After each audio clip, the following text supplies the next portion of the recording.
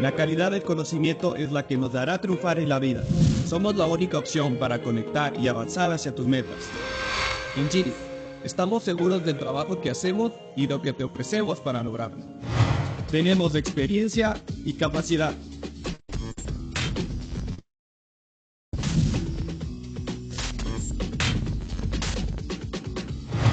Mi potencial y mi visión es diferente. Por excelencia, mi decisión más inteligente en GIS.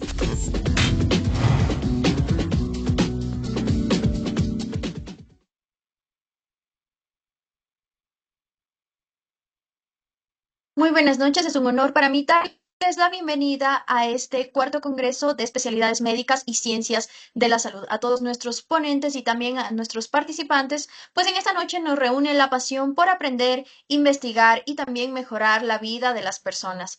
Que esta noche de intercambio de conocimientos enriquezcan nuestra práctica y también nos impulsen hacia nuevos desafíos.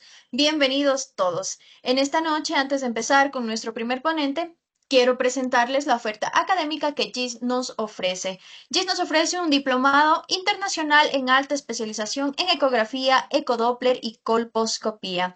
El inicio de clases es en el mes de marzo, la modalidad semipresencial con 6 talleres presenciales con un certificado de 470 horas de estudio.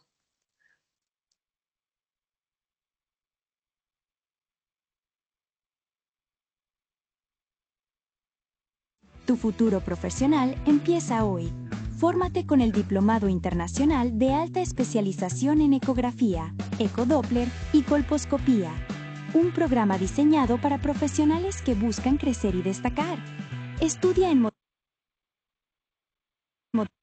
modalidad semipresencial, combinando teoría y práctica de alto nivel. Al finalizar, obtendrás certificaciones nacionales e internacionales. Con el auspicio del Ministerio de Salud Pública, vive la experiencia con talleres prácticos y pacientes reales, aplicando tus conocimientos desde el primer día. Los cupos son limitados. No te quedes fuera. Matricúlate ahora y lleva tu carrera al siguiente nivel.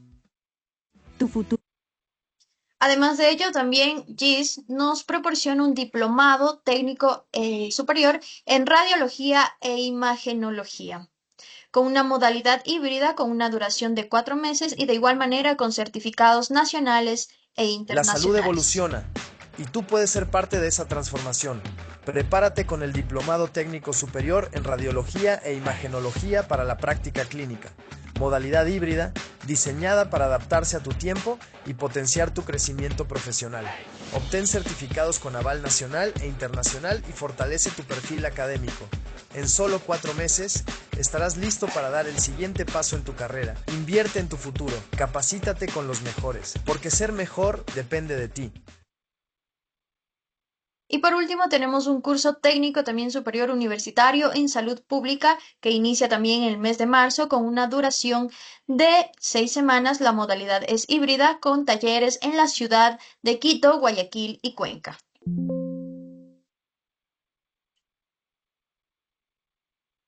Hoy la salud pública necesita profesionales preparados para los desafíos. Por eso, nuestro curso técnico superior universitario en salud pública se enfoca en teoría y talleres prácticos de alto impacto. Aprende a través de prácticas, aplicando tus conocimientos teóricos con casos clínicos reales. Recibe 10 certificaciones, 6 nacionales y 4 internacionales, que respaldan tu formación y fortalecen tu perfil profesional. Una actualización de conocimientos diseñada para generar impacto en tu futuro laboral. Da el siguiente paso en tu formación.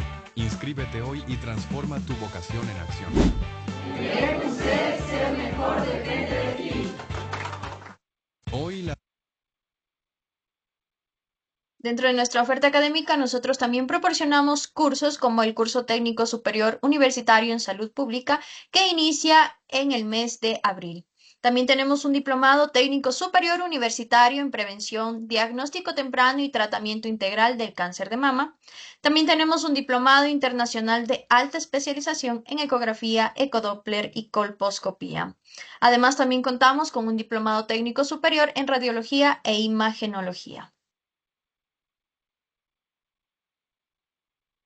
Recordemos que todos estos cursos y diplomados, pues como lo habíamos mencionado ya, Tienen un aval y certificados tanto nacionales como internacionales. Y de esta manera, una vez más, les doy la bienvenida al Cuarto Congreso Internacional Multidisciplinario de Actualización en Especialidades y Ciencias de la Salud Ecuador 2026. Y me complace presentar también a nuestro primer ponente en esta noche. Contamos con la presencia del doctor Juan Pablo Haro. En su perfil profesional podemos observar que es médico general de la Universidad Nacional de Chimborazo de la ciudad de Riobamba. Es especialista en medicina interna en la Universidad Nacional Autónoma de México. Es especialista en medicina interna en el Hospital de Especialidades de Centro Médico Nacional Siglo XXI, doctor Bernardo Sepúlveda de la Ciudad de México. Y es médico especialista de medicina interna en el Hospital Provincial General Docente de la ciudad de Riobamba. El tema que esta noche nos va a abordar el doctor Juan Pablo Haro es acerca del hipotiroidismo subclínico, tratar o no tratar, patrones hormonales en tiroides e hipotiroidismo. Muy buenas noches, doctor Juan Pablo Haro. Bienvenido, qué gusto tenerlo aquí con nosotros y que en esta noche nos pueda compartir un poco de su experiencia y, cómo no, también de su conocimiento. Buenas noches, ¿me pueden escuchar? Sí, lo escuchamos muy bien. Muchas gracias por la invitación. Voy a compartir la pantalla para empezar.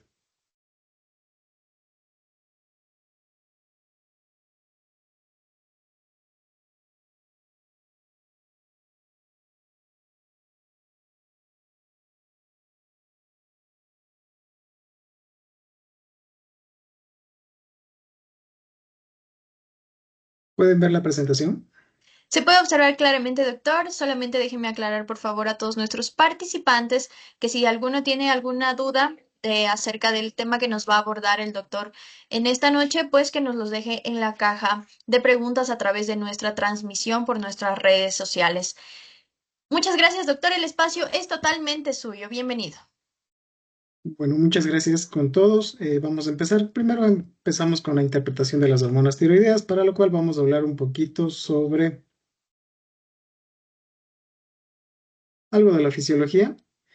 Recordar que tenemos el eje hipotálamo, hipófisis y de la tiroides, en la cual el hipotálamo se va a encargar de la liberación de la TRH a través del núcleo paraventricular y va a estimular la hipófisis anterior, lo cual va a producir la liberación de TSH en las células tirotropas, y esta TSH va a ser efectiva a nivel de la glándula tiroidea, lo que va a producir la liberación de hormonas T3 y T4. Recordar que la hormona metabólicamente activa es la T3, sin embargo se va a secretar en mayor medida la T4 en un 85 a 90% y la T3 aproximadamente un 10 a 15%, tanto en sus porciones libres como unidas a proteínas. Recordar que la mayor cantidad van a ser unidas a proteínas, ¿no? Algo importante en este eje es que debemos recordar que existe una correlación logarítmica lineal entre la T4 libre y la TSH. Tanto es así que un cambio mínimo de 2 veces en los niveles de T4 libre puede producir cambios más de 100 veces en los niveles de TSH, lo cual nos permite convertirla a la TSH en un marcador muy sensible y específico para poder determinar si existen alteraciones tanto de hipo como de hipertiroidismo. Pero recordar también que existen otros hormonas que pueden afectar estos, así como también fármacos, como por ejemplo hormonas somatostatina, la dopamina o los glucocorticoides, los cuales van a inhibir la liberación de TSH, pero también frío o estrés pueden estimularla. Recordar que en la producción hormonal de la T4 va a ser la hormona principal producida exclusivamente por la glándula tiroides, pero esta se cataloga como una prohormona, teniendo una vida media aproximadamente de 7 días, versus 24 horas o menos de 24 horas que dura la T3, que es la hormona metabólicamente activa. Y esta se va a transformar por un metabolismo periférico, ya sea sistema nervioso central, hígado, riñones, que van a permitir su cambio de T4 a T3. Si hablamos un poco de lo que se refiere a la fisiopatología, recordar que cuando existe una adecuada captación de yodo, se van a activar el SIN portador, sodio-yodo, lo cual va a estar activado por la TSH a nivel del receptor tipo proteína C, lo cual va a aumentar la liberación o la actividad del AMP cíclico, y mediante la activación de la tiroperoxidasa o la TPO va a producir una catalización y va a producir la monoyodotironina, también diyodotironina para formar la triyodotironina, y dos moléculas de diyodotironina van a formar la tetrayodotironina. Estos sobre todo van a permitir la unión a la tiroglobulina y su almacenamiento se va a producir como tiroglobulina iodada en la matriz coloide de la glándula tiroides. Y mediante endo y exocitosis se va a producir la liberación de T3 y T4 que van a pasar a ser libres en la sangre y posteriormente se van a unir a las proteínas transportadoras de las cuales ya les voy a hablar más adelante. Recordar que en el mecanismo de señalización del receptor de TSH, este receptor se va a unir a la proteína receptora tipo G en la membrana basolateral del folículo, lo cual va a activar la adenilciclasa aumentando el AMP cíclico, va a fosforilar los transcriptores claves y sus efectos finales van a ser el aumento en la actividad del SIN portador sodio-yodo, aumento en la actividad de fosforilación de la tiroperoxidasa, aumento del metabolismo de las deyodinasas, tipo 1, tipo 2 y tipo 3, así como también aumento en la endocitosis y liberación de la hormona T4 y T3. En cuanto a la distribución de la sangre, una vez que estas son eliminadas, se produce la endocitosis. Recordar que el 99% de la T4 va unida a proteínas y apenas un 0.3% de la T4 va en forma libre. El 99% de la T3 va unida de igual manera a proteínas y recordar que las proteínas, la principal va a ser la globulina transportadora de hormona de la tiroides, la TBG. Este es el principal transportador, aproximadamente en el 70%. Recordar que puede verse alterado con el aumento con los niveles de estrógenos durante el embarazo, en procesos como hepatitis, también en cirrosis, y disminuye con el uso de andrógenos, glucocorticoides o también en casos de síndrome nefrótico.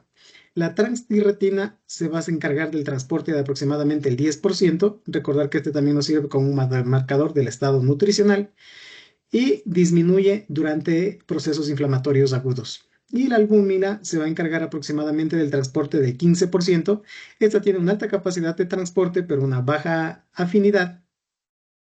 Y puede presentarse interferencias en inmunoensayos, sobre todo en enfermedades raras, como por ejemplo en la hipertiroxinemia disalbuminémica familiar, que son muy raros de ver.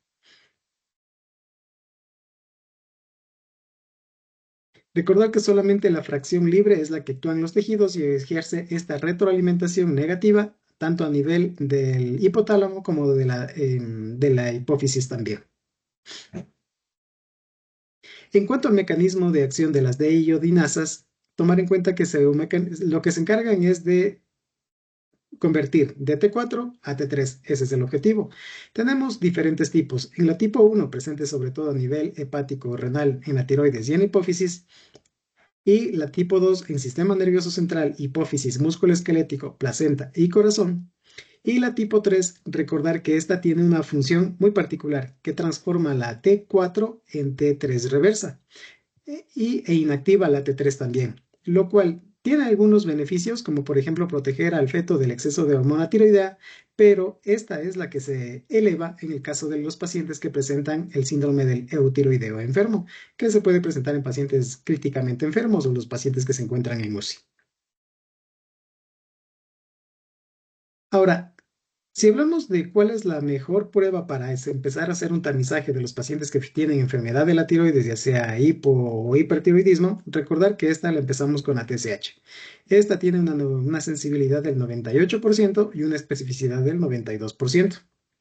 Y esto se debe al cambio que les había mencionado, a esta relación logarítmica entre los niveles de T4 libre, que pequeñas variaciones hacen cambios muy importantes en los niveles de TSH.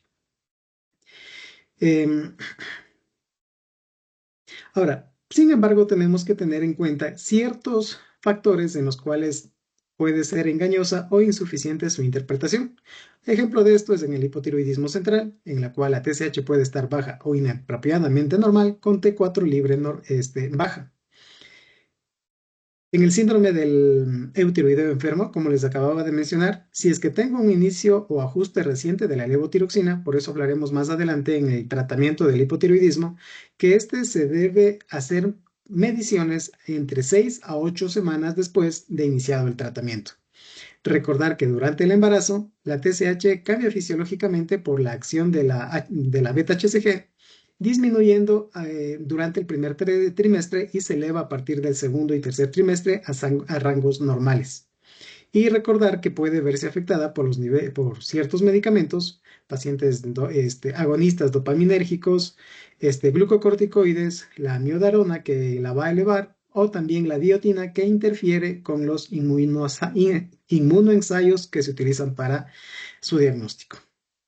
Ahora, ya que tenemos claro que el tratamiento, el diagnóstico o el tamizaje lo iniciamos con la TSH, ahora, ¿cuál otras hormonas tenemos que pedir? Porque es muy común que a veces se pida T4 libre, T4 total, T3 libre, T3 total. Entonces, hay indicaciones muy específicas. En la T4 libre, la solicitamos cuando tenemos una TSH normal durante el embarazo, en el hipotiroidismo central o durante el inicio del tratamiento. Entonces, esta es la que nos refleja la fracción biológicamente activa que se va a transformar en T3 libre y que va a ejercer su acción metabólica. ¿Por qué la pedimos esto? Porque esta no se ve afectada por cambios en las proteínas de transporte. Por eso se prefiere la T4 libre, porque los otros transportadores, tanto albúmina, transtiratina, y la proteína transportadora la globulina transportadora de hormonas tiroideas, pueden verse afectados por diferentes factores, sobre todo nutricionales. En la T3 libre, esta la vamos a utilizar cuando encontramos una TSH suprimida, es decir, estamos ante la sospecha de un hipertiroidismo manifiesto o un subclínico, un hipertiroidismo subclínico, para valorar la severidad y en el monitoreo también de pacientes que están tomando combinaciones de medicamentos que utilizan T3 y T4, que son muy raros. Esta es la hormona que es biológicamente activa y esta es la que, como les acabo de mencionar, útil para el diagnóstico de tirotoxicosis. Si tengo un paciente con clínica de hipertiroidismo, TSH suprimida, ¿qué es lo siguiente que tengo que solicitar? T3 libre, ¿no? Y esto se correlaciona mejor con los síntomas que la T4 libre. La relación T3-T4 total, esto me sirve para evaluación de los estados de las proteínas transportadoras de hormonas tiroideas y tomar en cuenta que la T4 total en el embarazo como complemento e investigación o en casos muy especiales. Entonces no los pedimos a todos. Nos vamos para el hipotiroidismo, vamos a medir la T4 libre. En casos de hipertiroidismo, la T3 libre van a ser los de elección. Y así es como vamos a hacer la interpretación de los patrones que vamos a encontrar en nuestros pacientes. TSH en un paciente que está eutiroideo, vamos a encontrar niveles de TSH normal. Ya vamos a ver los puntos de corte, que eso también es importante mencionarlos. Los valores de T4 libre y T3 libre en la parte superior. Denme un segundo. En pacientes que presentan hipotiroidismo manifiesto, que vamos a encontrar niveles de TSH elevados, generalmente mayor de 10, y esto es lo que vamos a hablar en la próxima charla, con niveles de T4 libre por debajo del rango de laboratorio, al igual que los niveles de T3 libre disminuidos. ¿Esto en qué casos los podemos observar? En la tiroiditis de Hashimoto, ya en fase avanzada, en los pacientes que son post-tiroidectomía, ya sea por cáncer o por bocio, en los pacientes que viven en zonas que tienen déficit de yodo. En el hipotiroidismo subclínico, este va a estar elevado los niveles de TSH, en relación a los puntos de corte del laboratorio, pero generalmente menos de 10. Y eso es lo que nos va a permitir diferenciar de un franco hipotiroidismo primario a un hipotiroidismo subclínico. Con niveles de T4 y T3 libres dentro de los parámetros normales. Entonces, esta es la diferencia entre uno y otro. Aquí la conducta a seguir, y de la cual hablaré con más detalle más adelante, sería confirmar la persistencia de esta alteración entre 2 a 3 meses después y la decisión de los tratamientos ya vamos a ver más adelante. Aquí está indicado la medición de los anticuerpos de anti-TPO porque esta me va a permitir predecir el riesgo de progresión a largo plazo. Si salen positivos los anticuerpos anti-TPO, el paciente tiene una alta probabilidad de progresión a francohipotiroidismo y por lo tanto el paciente se beneficiaría probablemente de un inicio de tratamiento más temprano. En los pacientes que presentan un hipotiroidismo central, vamos a encontrar niveles de TSH disminuidos o en el límite normal bajo, niveles de T3 y T4 libres disminuidos, y aquí lo que tenemos que hacer sospecha o tener sospecha diagnóstica de una disfunción hipofisiaria o hipotalámica, y aquí el tratamiento lo vamos a guiar con T4 libre versus los otros dos cuadros en los cuales el tratamiento lo vamos a ir titulando conforme a los niveles de TSH. En las alteraciones en los pacientes que presentan hipertiroidismo manifiesto, vamos a encontrar que la TSH, por este mecanismo de retroalimentación negativa, va a estar indetectable. Van a estar elevados los niveles tanto de T4 como de T3 libre. Y aquí podemos ver las causas que pueden ser la enfermedad de Graves, el bolsio multinodular tóxico o el adenoma tóxico. Aquí está indicado medir los anticuerpos antirreceptores de TSH, los TRAF, así como también la captación de yodo por medio de la gammagrafía, para diferenciar entre cada una de estas tres patologías. En cuanto al hipertiroidismo subclínico, este va a estar disminuido los niveles de TSH, pero con niveles de T3 y T4 libres normales. Aquí está indicado la medición de T3 libre para descartar la tirotoxicosis y tiene un alto riesgo de fibrilación auricular y también de osteoporosis. Y aquí recordar que siempre vamos a medir los niveles de T3 libre.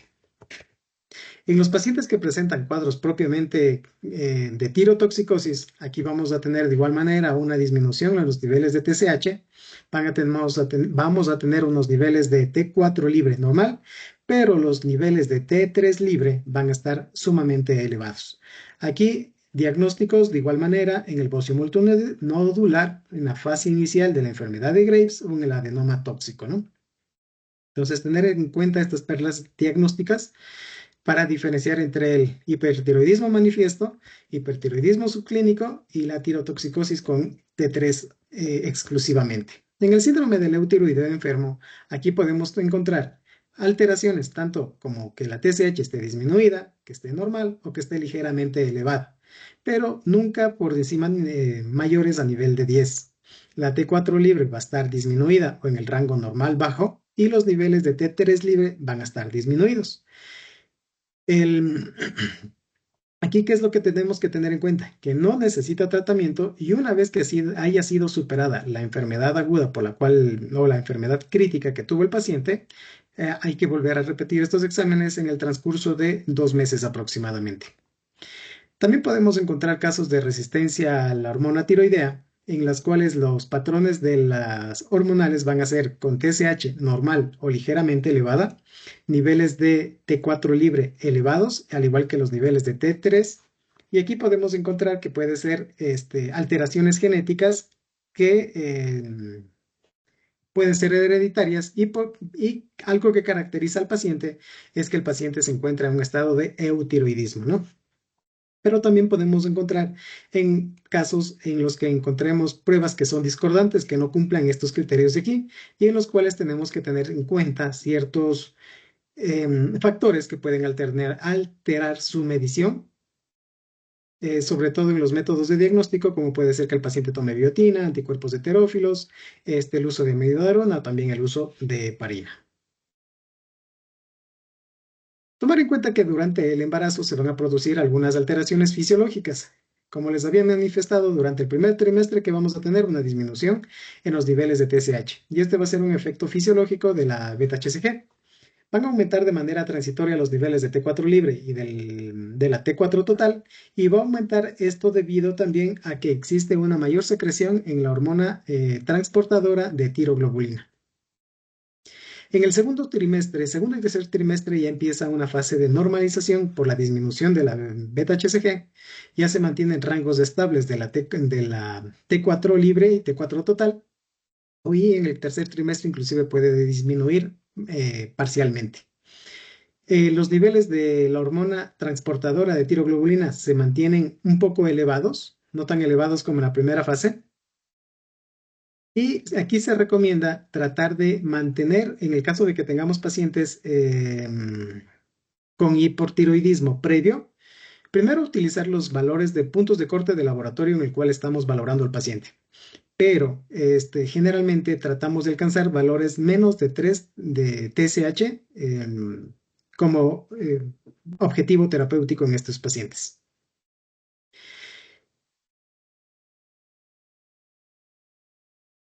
Si la paciente ya tenía antecedentes de hipotiroidismo previo al embarazo, recordar que se debe aumentar aproximadamente el 30% una vez confirmado el embarazo con mediciones mensuales de los niveles de TSH para que estos se mantengan con niveles de TSH menos de 3, ¿no? El objetivo aquí en el embarazo de la TSH es menos de 3, eso tomarlo en consideración.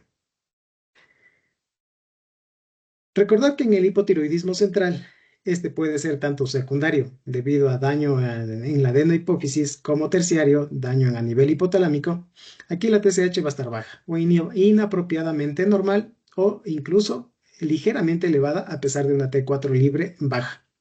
El diagnóstico y monitoreo deben guiarse por los niveles de T4 libre y ya no por los niveles de TSH, ¿no? Entre las causas tenemos que en el hipotiroidismo secundario tenemos el adenoma hipoficiario, ya sea un craniofaringioma o un macroadenoma hipoficiario, que el paciente haya sido sometido a cirugía o a radioterapia hipoficiaria, el síndrome de Sheehan, en los pacientes que presentan la necrosis postparto, la hipofisitis, que puede ser de origen autoinmune o por traumatismo cráneoencefálico. A nivel terciario, podemos hablar de tumores hipotalámicos en el traumatismo o cirugía de hipotálamo, o en enfermedades infiltrativas, sobre todo la sarcoidosis, o también en pacientes que reciban irradiación cerebral. ¿Cuál va a ser el patrón bioquímico en estos pacientes? La TSH va a estar baja, normal o ligeramente elevada inclusive. La T4 libre va a estar baja, la T3 libre va a estar baja. Y vamos a tener una TSH biológicamente inactiva. Y vamos a tener una respuesta atenuada a la TRH en la prueba de estímulo que se le realiza a estos pacientes para tener una confirmación en el diagnóstico. Tomar en consideración que cuando se inicia tratamiento con estos pacientes también van a tener alteraciones en los otros perfiles hormonales, ¿no? Niveles bajos de ACTH, por ejemplo, niveles bajos de prolactina, si es que hablamos del síndrome de Sheehan, son dentro de las manifestaciones las que tenemos que tener en consideración. Por lo tanto, en estos pacientes, antes de iniciar el tratamiento con levotiroxina, descartar insuficiencia suprarrenal por el alto riesgo que tienen estos pacientes de desarrollar una crisis suprarrenal y que estos pacientes deberían recibir inicialmente tratamiento con corticoides antes del inicio de tratamiento con levotiroxina únicamente, ¿no?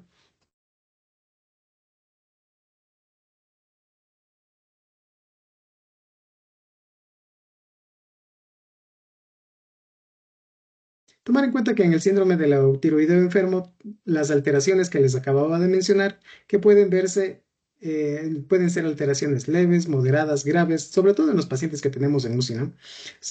Recordar el patrón que va a estar una TSH que puede estar disminuida, normal o ligeramente elevada, pero generalmente no más de 10. Y esto se debe a que aumenta en enfermedades agudas graves, aumenta la liberación de citoquinas, como por ejemplo la interleucina 1, la interleucina 6, el factor de necrosis tumoral, y alteran el eje hipotálamo, hipófisis, tiroides, gracias a la acción de las diodoteninas, sobre todo la tipo 3, ¿no? En cuanto a las interferencias analíticas que tenemos que tener en consideración, recordar a la biotina, que puede producirnos una falsa elevación de la T4 libre y de la T3 libre y una falsa supresión de la TSH con un patrón aparente de hipotiroidismo.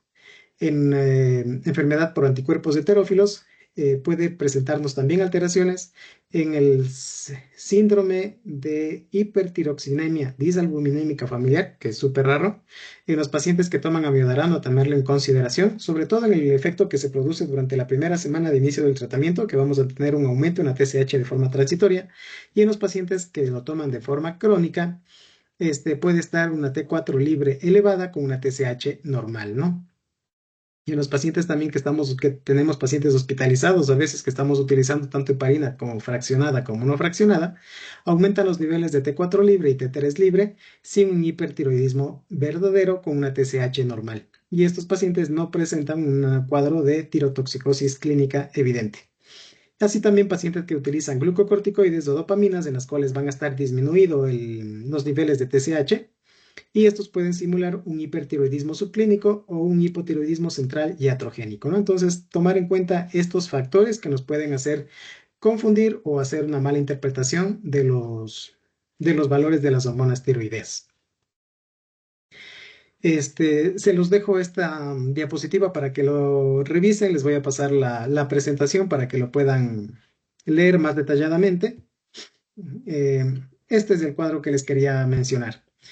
La variabilidad en cuanto a los rangos de referencia. Si bien es cierto, en la mayoría de laboratorios aquí en Ecuador, de lo que he visto, el límite superior de la TSH va alrededor de 4.5, tomar en cuenta que según las diferentes guías, por ejemplo, tenemos la guía estadounidense, que según la guía, el límite superior es de 4.12 a 4.5. Vean cómo en Europa los niveles van de 4 a 4.1, Reino Unido en 4. En Corea del Sur aceptan un punto de corte de hasta 6.8. En Japón y Asia, que son poblaciones con alto consumo de niveles de yodo, el punto de corte va de 4 a 5. Y durante el embarazo recordar que debemos reducir aproximadamente la medición en 0.5 miliunidades, ¿no?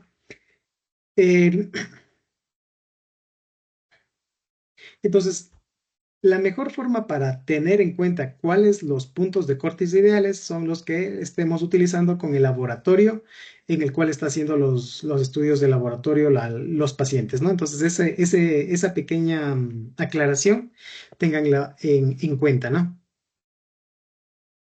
Ahora, cuando hablamos de TSH óptima, tomar en cuenta que se refiere a aquellos pacientes que se encuentran por debajo de estos rangos, ¿no? Que son los límites superiores. Aquellos pacientes que alcanzan el percentil 60-80 de los niveles de TSH, estos pacientes se ha demostrado que tienen menor riesgo de mortalidad cardiovascular y mortalidad por otros tipos de causas. Y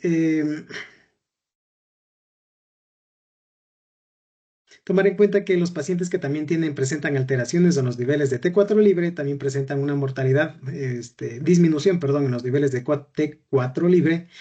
Aumentan la mortalidad cardiovascular en el 57%, una mortalidad total aumentada del 34% y una cardiopatía del 22%. Pero esto hay que tenerlo en consideración por los estudios que les voy a presentar más adelante.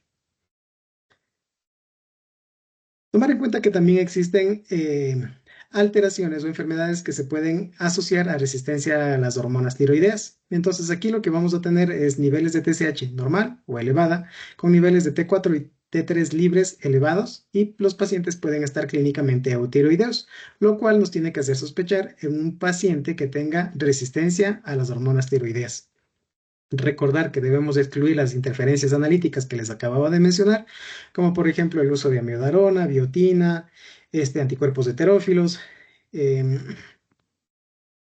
Entonces, existen diferentes tipos de patrones que podemos encontrar. En el tipo beta, que es el más común, aquí vamos a tener una mutación que es autosómica dominante. Aquí lo que vamos a encontrar son niveles de TSH normal o elevados, niveles de aumentados de T4 libre y T3 también. Y la clínica, el paciente nos va a presentar bocio difuso, taquicardia, trastorno por déficit de atención e hiperactividad, talla baja, resistencia generalizada, pero hipófisis afectada por aumento en la TSH paradójicamente. Así también tenemos cuadros de adenomas hipofisiarios predictores de ACTH en los cuales la TSH va a estar inapropiadamente elevada o en los límites normales altos con T4 y T3 libres muy elevadas. Aquí van a tener una clínica franca de hipertiroidismo con bocio y esto iría en contra del hallazgo descrito inicialmente, ¿no? En el cual tendríamos un hipertiroidismo, cursaría con una TSH baja. Entonces esta es la clave en el diagnóstico para sospechar en TSH-OMA. El diagnóstico, aparte de los estudios de laboratorio, va a ser también confirmado por los estudios de resonancia magnética hipofisiaria simple y contrastada y por la medición de la subunidad alfa de la TSH. Recordar ya para terminar que existen ciertos medicamentos que afectan la función de la glándula tiroides, como por ejemplo inhiben la síntesis o la liberación de T4, por ejemplo la miodarona, el litio o los contrastes yodados, sobre todo en altas dosis, suprimen la TSH hipoficiaria, la dopamina, glucocorticoides, somatostatina, disminuyen la absorción de T4 libre, el carbonato de calcio, el sulfato ferroso, los inhibidores de bombas de protones, la colestiramina, los quilantes de fosfato, o bloquean la conversión de T4 a T3, por ejemplo, la miodarona, glucocorticoides y el propanolol, que de hecho es tratamiento para los pacientes que presentan hipertiroidismo. Aumentan el metabolismo de la T4, la rifampicina, por ejemplo, la fenitoína, la carbamazepina o el fenobarbital. Entonces, tomar en cuenta esto para que lo revise. Entonces, a la final en este cuadro se refiere al que la TSH vamos a hacer el marcador ideal para la medición para el screening de los pacientes que presentan enfermedad tiroidea, ¿no? En cuanto al algoritmo integrador, un algoritmo diagnóstico, empezamos con la TSH. Las guías americanas recomiendan que empecemos con la TSH. Si la TSH está normal, no tenemos que hacer ningún otro estudio. Si la TSH está elevada y dependiendo qué tan elevada esté, vamos a medir los niveles de T4 libre. Si la T4 libre está baja, es un hipotiroidismo manifiesto y también está asociado a un nivel de TSH mayor de 10. Si la T4 libre está normal, es un hipotiroidismo subclínico y ahí está indicado la medición de los anticuerpos anti-TPO para definir etiología, recordar la tiroiditis de Hashimoto sobre todo, y para ver etiología y pronóstico también. Recordar que los pacientes que tienen un anti-TPO elevado a la larga van a desarrollar hipotiroidismo manifiesto. Si la TSH está baja o suprimida, aquí es donde vamos a medir T4 libre y T3 libre. Si estas están elevadas, es un hipotiroidismo manifiesto. Si ambas están normales, es un hipertiroidismo subclínico. Si el T3 libre está alta y la T4 libre está normal, es un tirotoxicosis por T3.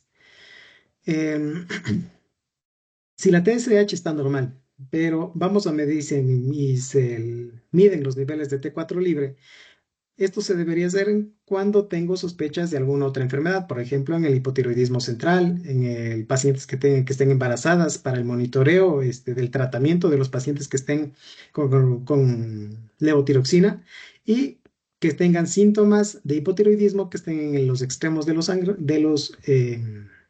rangos, pero sin estar en una categoría definida. Tomar en cuenta que ahí existen contextos especiales que modifican la interpretación, por ejemplo, en el embarazo, en el primer trimestre, en el síndrome del eutiroideo enfermo, la TSH menos de 10 en el paciente grave, en el hipotiroidismo central, que vamos a guiar el tratamiento con la T4, pacientes que toman amiodarona, pacientes que toman biotina. La indicación es suspenderla 48 horas antes de realizar el examen de sangre. En el hipopituitarismo, aquí tenemos que hacer el examen hipoficiario completo, posinicio de la levotiroxina y recordar que vamos a hacer los controles de niveles de TSH entre 6 a 8 semanas para ir ajustando las dosis. Estos perlas clínicas se las dejo para que las puedan revisar más adelante y para empezar con hipotiroidismo subclínico debido al tiempo.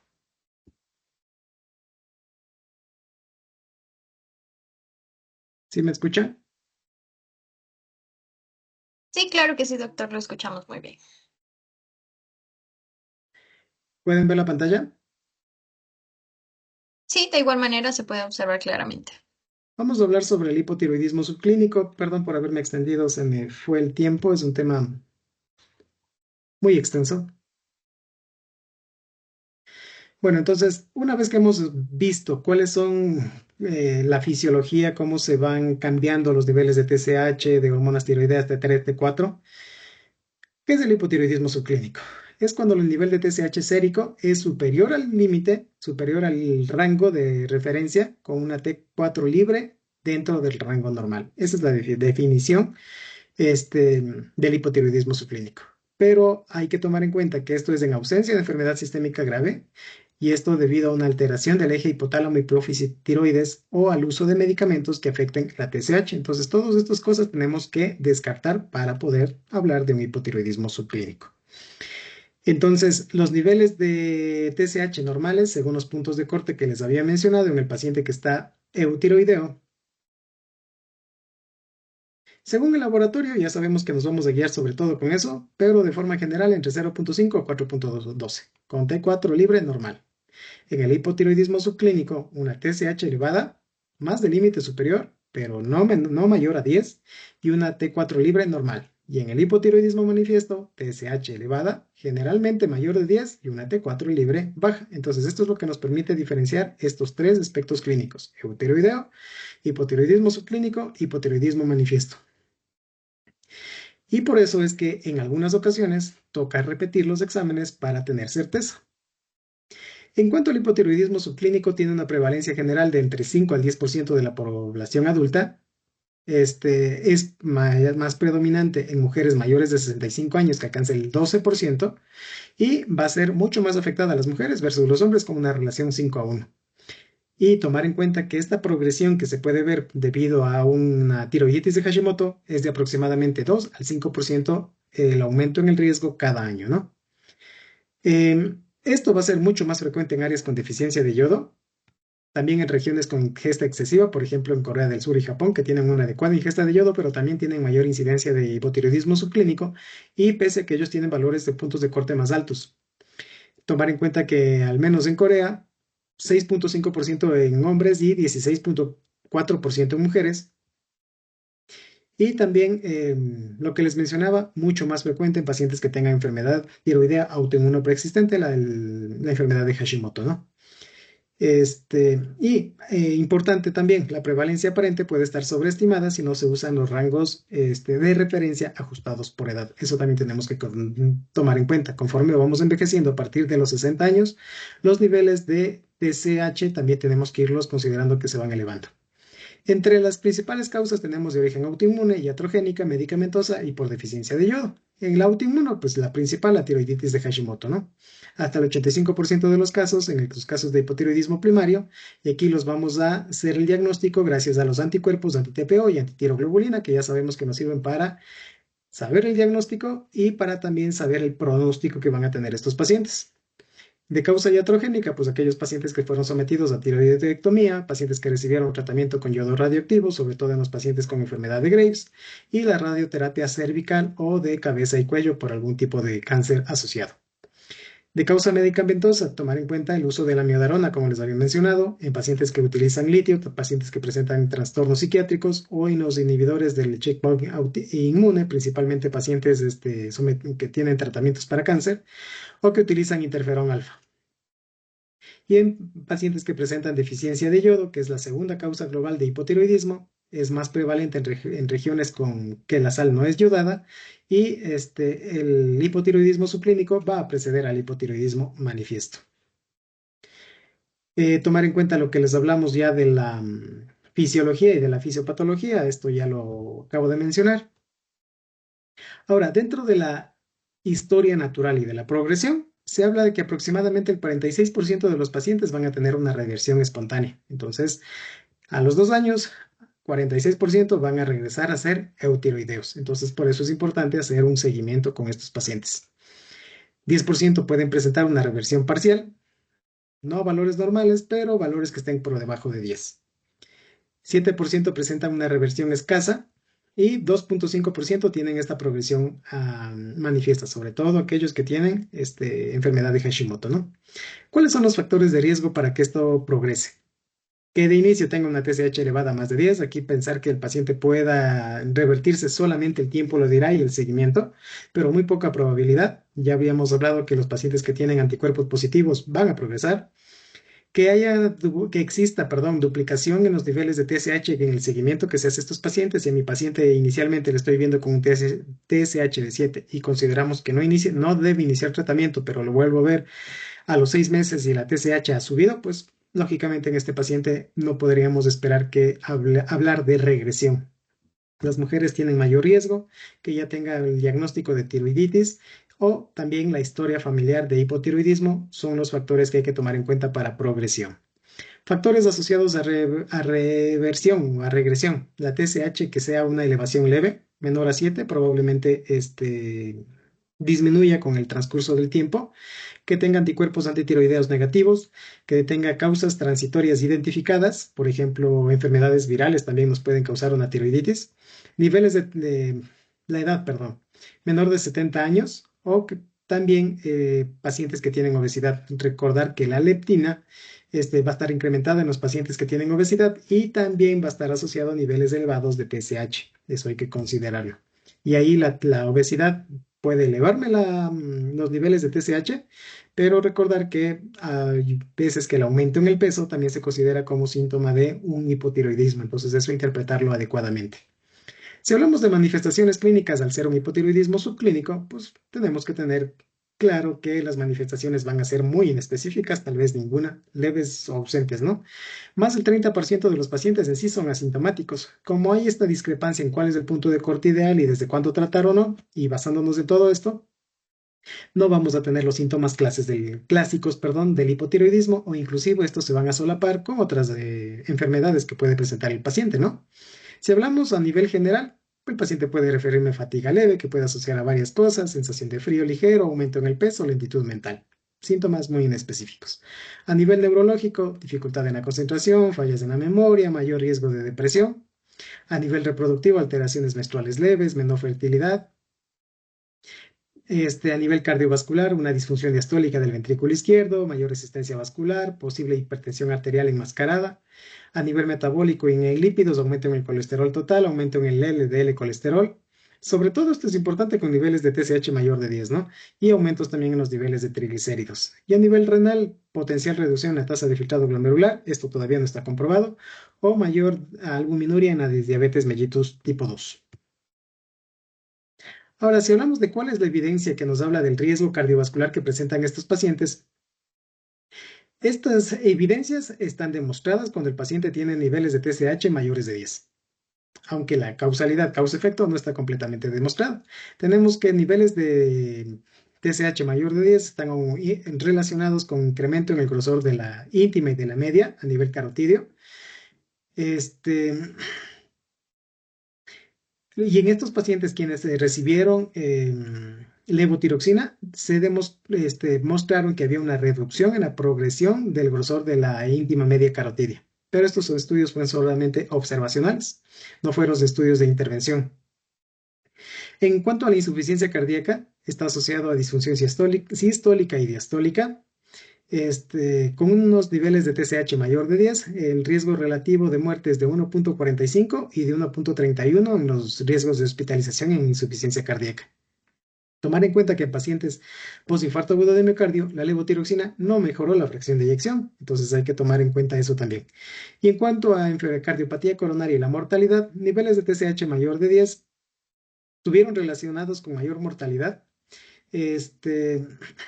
Inclusive en una corte coreana hubo una evidencia de mayor mortalidad solo con niveles de TSH mayor de 6.5, pero no lo hubo con niveles de entre 4 a 6.5, entonces fueron valores muy cortos.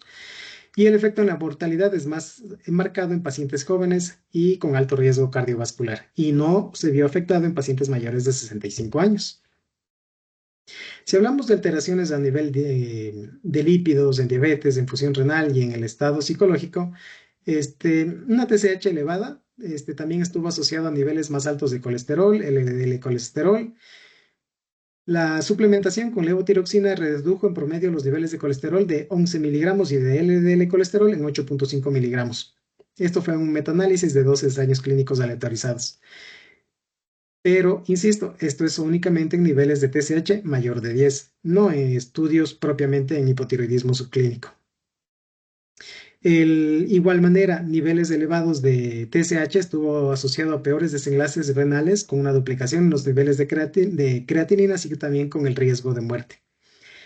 En 2 ensayos clínicos, la suplementación con dosis bajas de levotiroxina bajó los marcadores de albuminuria en pacientes con diabetes mellitus 2 y nefropatía diabética. Y estudios observacionales sugieren un beneficio de levotiroxina, pero esto todavía no ha sido demostrado. Tomar en cuenta que el hipotiroidismo subclínico no se ha podido demostrar que esté asociado a una mayor incidencia de diabetes mellitus tipo 2, pero una diabetes mellitus tipo 2 preexistente sí aumenta el riesgo de hipotiroidismo subclínico. Y esto es principalmente asociado a las enfermedades metabólicas que vienen juntas, ¿no? Con la diabetes mellitus tipo 2. Y tomar en cuenta que en pacientes que tienen ya complicaciones diabéticas, estas sí se complican que en los pacientes que tienen hipotiroidismo subclínico. Y de hecho son indicación para iniciar tratamiento en los pacientes que tienen nefropatía, retinopatía, neuropatía. En estos pacientes, el Log Radius demuestra empeoramiento de estas y por lo tanto en estos pacientes sí se justifica iniciar tratamiento. Entonces, en cuanto a la evaluación diagnóstica, vamos a medir, empezamos con los niveles de TSH, ya sabemos la sensibilidad y especificidad que tiene este. Si está una TSH elevada, confirmar con los niveles de T4 libre. Y lo ideal sería, si está menos de 10, si está un valor de TSH entre 4.5 y 10, con valores de T4 libre normales, que es el hipotiroidismo subclínico, repetirlo en 2 a 3 meses para excluir una elevación transitoria. Si estos están elevados junto a a la nueva medición, vamos a medirle los anticuerpos para identificar la etiología y predecir la progresión de la enfermedad. Y ahí sí vamos a clasificarlo de acuerdo al nivel de elevación de la TSH y la edad del paciente. Si es más TSH, más de 10, ya es un franco hipotiroidismo. Si es entre 4.5, 4.1 y 10, es un hipotiroidismo subclínico. Y también diferenciarlo en pacientes adultos o en pacientes ancianos. Tomar en cuenta que los niveles de TSH van aumentando conforme vamos envejeciendo.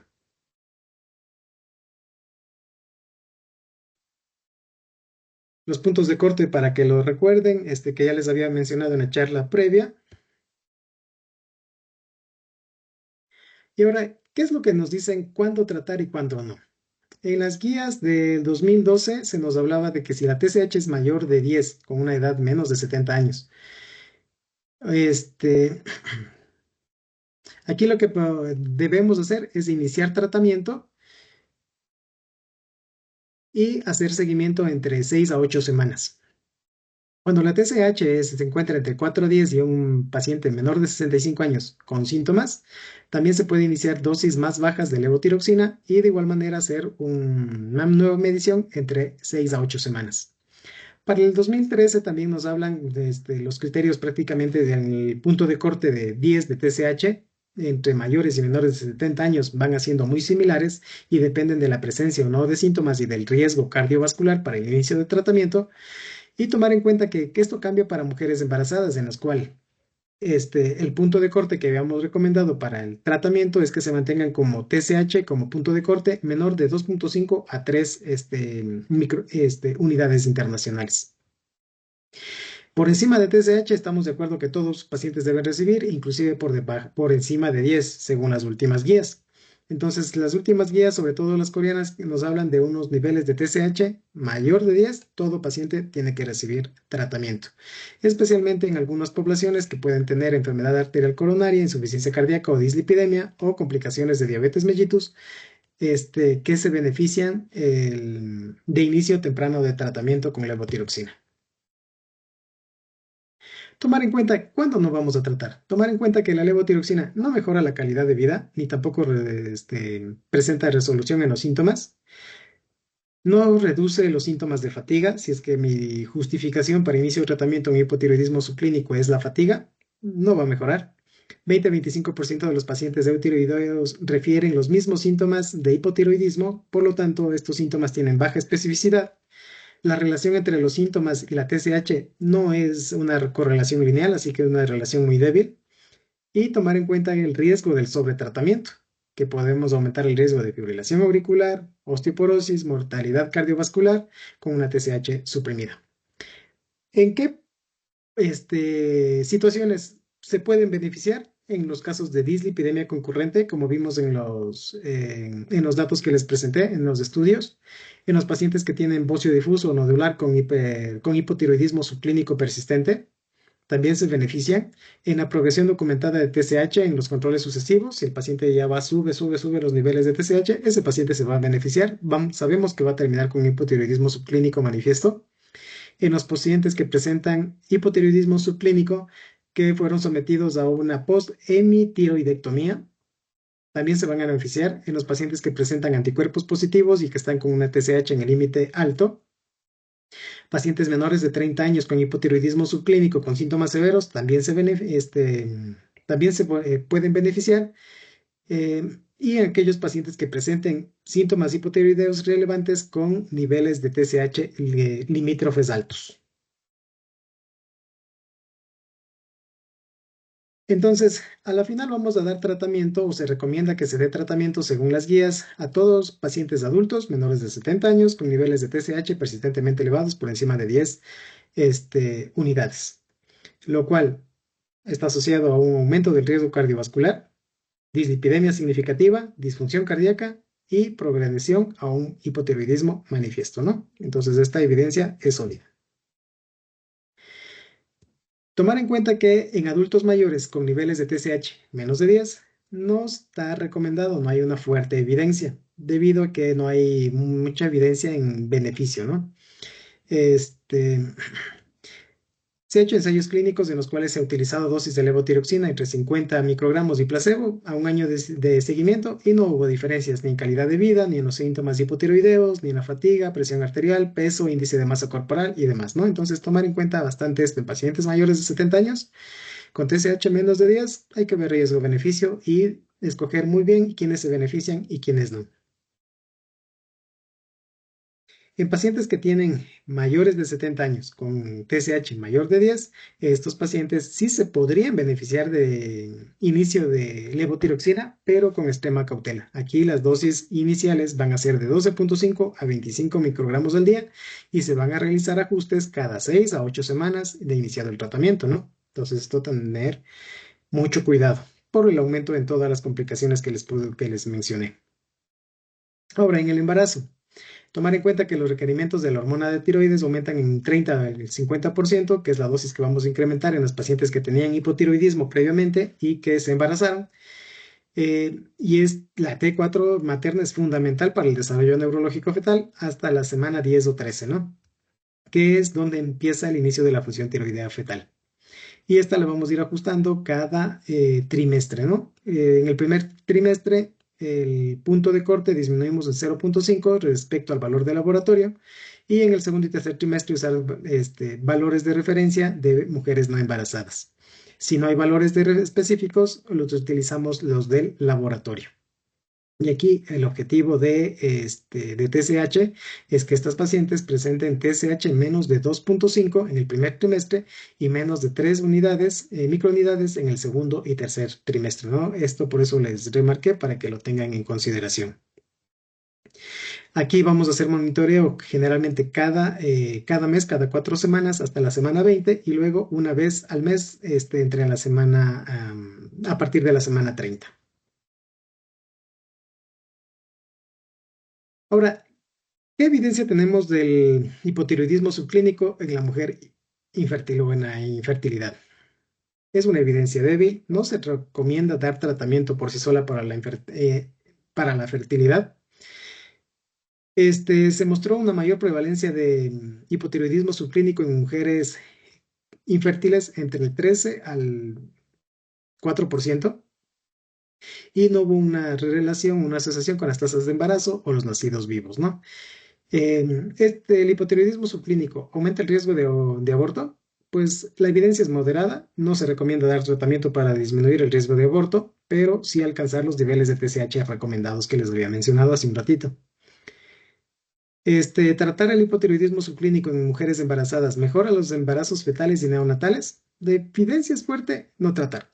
Pero las recomendaciones de la Sociedad Americana de Fertilidad recomienda que se debe mantener los niveles de TSH por menos de 2.5 en el primer trimestre y menos de 3 desde el segundo y tercer trimestre. A toda paciente que tiene infertilidad, debemos taramizar para enfermedad, para autoinmunidad tiroidea. No se recomienda el uso rutinario, aquí la evidencia es conflictiva. Y sobre todo se recomienda para mujeres que hayan presentado pérdidas gestacionales recurrentes. En cuanto a la administración, recordar la dosis recomendada de levotiroxina es de aproximadamente la dosis para los adultos, menos de 65 años es de 1.6 microgramos por kilogramo al día. para alcanzar un objetivo de 0.5 a 2.5 unidades. En los adultos mayores de 65 años vamos a hacer o que tengan enfermedad cardíaca, tomar en consideración esto. Vamos a empezar con dosis más bajas, entre 25 a 50, y vamos a ir incrementando gradualmente. Aquí el objetivo es de 1 a 4 microunidades.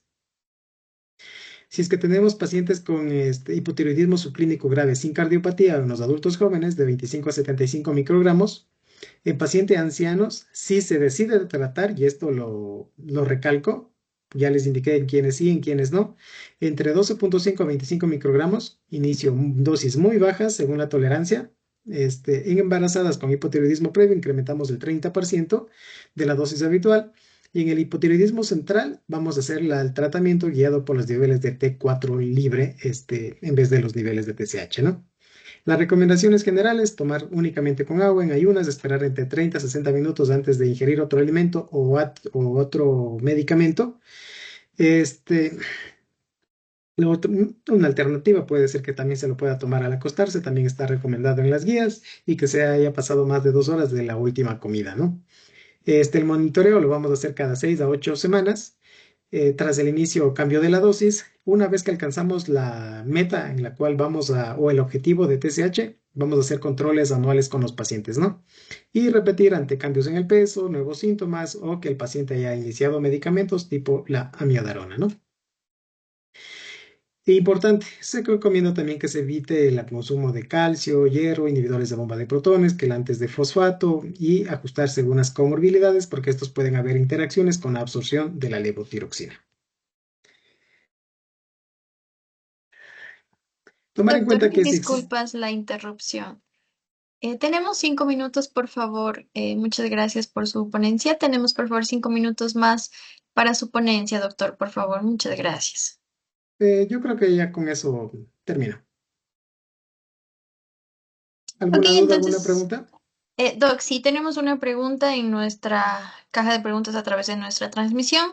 Nos preguntan, entonces, con un paciente con TSH menor a 10 y T4 normal, si tienen LDL elevado o depresión embarazada, ¿se debe iniciar tratamiento? La indicación de tratamiento para pacientes que están embarazadas es de cajón. El objetivo de tratamiento es menos de 2.5, y los niveles de LDL se debe individualizar los niveles de colesterol y de triglicéridos de acuerdo al paciente. No entran todos los pacientes en la misma caja. Tenemos otra pregunta también, doctor. Dice, ¿cuál es el mecanismo de señalización que se activa cuando la TSH se une a su receptor en la membrana vasolateral del folículo tiroideo?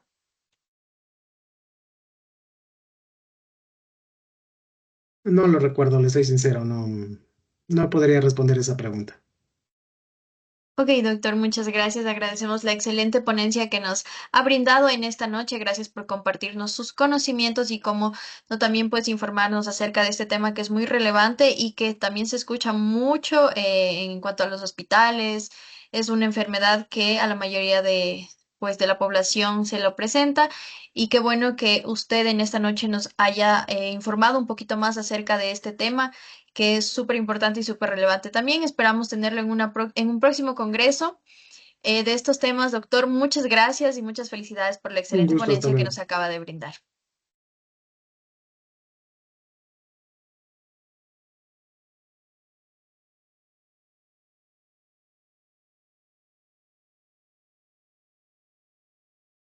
Antes de continuar con nuestro siguiente ponente en esta noche, pues quiero recordarles a todos nuestros participantes acerca de nuestra oferta académica.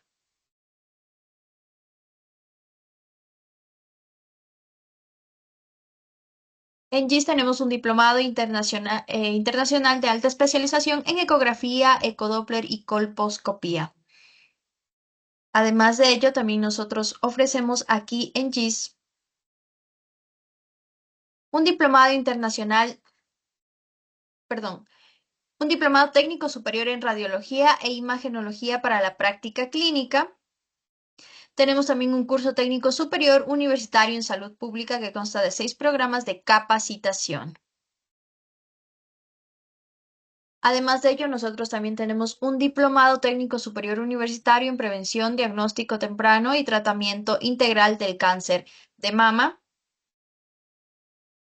Y nosotros continuamos en este cuarto Congreso Internacional Multidisciplinario, Actualización en Especialidades y Ciencias de la Salud, Ecuador 2016. Y en esta noche me complace presentar a la licenciada Valeria Santillán. En su perfil profesional nosotros podemos observar que ella tiene actividades lúdicas con grupos de niños y adultos mayores, campaña de desparasitación de peluditos, programa también de asistencia comunitaria en salud mental, protocolos de actuación en TRIAE para servicios de enfermería.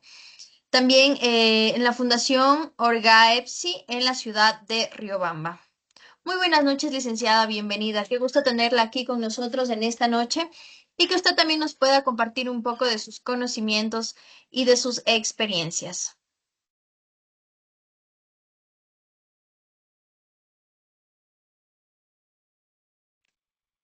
Buenas noches, es un gusto saludarle. Mi nombre es la licenciada Valeria Santillán y hoy tengo el honor de compartir con ustedes esta ponencia. A continuación voy a compartir mi pantalla para poder presentar mi presentación.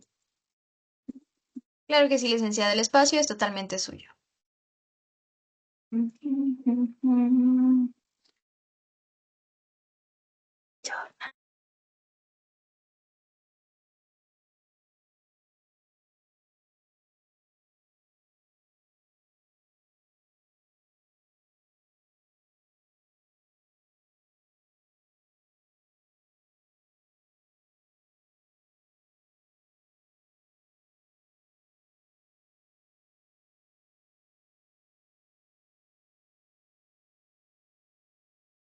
Listo, buenas noches. El tema que yo hoy día les voy a presentar es la atención de enfermería en el triaje de servicios de emergencia.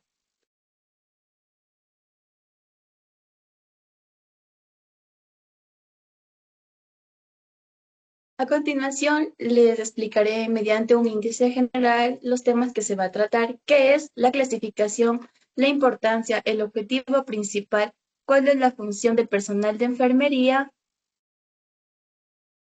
los niveles de prioridad, la calidad de atención y una breve conclusión. ¿Qué es el triaje de Manchester? El término triaje es una palabra francesa que se define como escoger o separar. El triaje nos permite, ya que es un proceso que clasifica a los pacientes en su orden de llegada, ya sea por gravedad o por urgencia de su estado, con el fin de atender primero a quienes tienen mayor riesgo. Es un término que se comenzó a utilizar en las guerras napoleónicas y persiste como concepto de clasificación o priorización de la atención de pacientes. En su clasificación tenemos que es un método estructurado que evalúa síntomas, signos vitales y riesgos del paciente para asignarle un nivel de prioridad y un tiempo máximo de atención médica, que se realiza generalmente por los niveles de atención, ya que hay pacientes que requieren atención inmediata y pacientes que pueden ser referidos a una valorización. En esto contamos con 5 niveles, que es rojo, naranja, amarillo y verde y azul, que estos nos permiten clasificar al paciente según su gravedad. En su importancia es fundamental, ya porque optimiza el uso de los recursos, reduce los tiempos de espera y puede salvar vidas al priorizar esto en casos críticos. ¿Por qué es importante? Ya que la respuesta rápida acorde a la gravedad permite identificar rápidamente casos críticos, evita retrasos en pacientes graves, mejora la organización del servicio y reduce el riesgo de complicaciones o muertes. Como objetivo principal tenemos, según el Ministerio de Salud Pública del Ecuador, es garantizar la atención rápida a los pacientes más graves, organizar mejor los servicios de emergencia y reducir los riesgos y mejorar la calidad de atención. Brindarán una atención oportuna y eficiente, asegurando que los pacientes más graves reciban una atención adecuada en el momento de su orden de llegada. ¿Cuál es la función del personal de enfermería? Nosotros tenemos 7 puntos importantes, que es la recepción del paciente, la valoración inicial rápido, la clasificación del paciente, la determinación del tiempo de atención, la aplicación de protocolos, registro de información y la reevaluación continua. ¿Qué quiere decir? Que en la recepción del paciente es el primer contacto que el paciente tiene con nosotros y donde se recoge información básica por el motivo de consulta o por el cual acude él al estado de emergencia. Como valoración inicial rápida tenemos la evaluación de signos y síntomas, el nivel de conciencia, el dolor y los signos vitales que el paciente proporciona y los que son medidos con los aparatos necesarios. En la clasificación del paciente se asigna el nivel de prioridad, ya sea rojo, naranja, amarillo, verde o azul, según la gravedad. En la determinación tenemos que el tiempo de atención define en cuánto tiempo debe ser atendido el paciente, ya que existe una valoración antes de que sea pasado al especialista. En la aplicación de protocolos utilizamos las guías del sistema de Manchester, que este es el que nos permite dar el nivel de atención que necesita cada paciente según su gravedad, ya que esto nos permite tomar decisiones objetivas. En el registro de información, todo se documenta ya que todos los datos pasan al sistema conocido como PRAS o también a la historia clínica en forma física.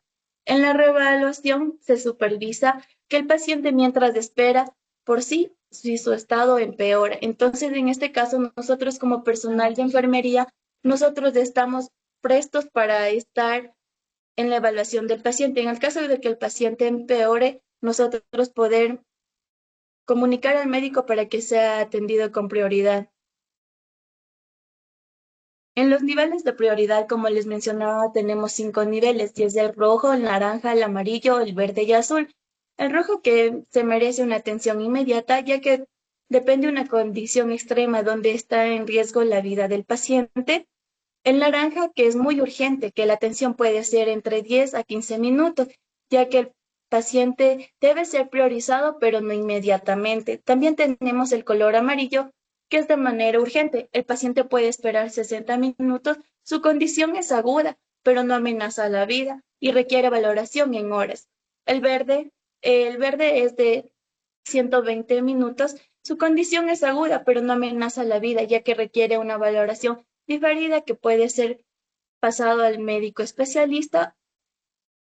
En el azul no es urgente, ya que es de 4 horas. La condición sintomática mayor de 24 horas requiere una valoración diferida que se puede mandar también a centros de salud. A continuación les voy a explicar la condición del paciente, el tipo de enfermedad y el lugar de atención que se va realizando de acuerdo a la prioridad. En el caso de emergencia, como les decía, la atención es inmediata. La condición del paciente está amenazada a la vida, ya que debe ser atendido. Entonces, ¿qué tipos de enfermedades se atiende aquí? Por ejemplo, como un paro cardiorrespiratorio, traumas severos, heridas graves, sangrados, infartos del miocardio, shock, quemaduras de cara, que compromete la vía aérea, quemaduras de segundo y tercer grado y un aplastamiento. Esta atención se brinda en el lugar de la sala de críticos. El siguiente nivel es el de color naranja, que es muy urgente, que los minutos desde 10 a 15 minutos. La condición del paciente amenaza la vida del paciente. Su condición debe ser priorizada, no inmediata. ¿Qué tipos de enfermedades tratamos aquí? Como traumas moderados, alteración del estado de conciencia, asfixia, quemaduras leves, sangrados y intoxicaciones. El lugar de atención debería ser en los cubículos de emergencia o en la sala de críticos.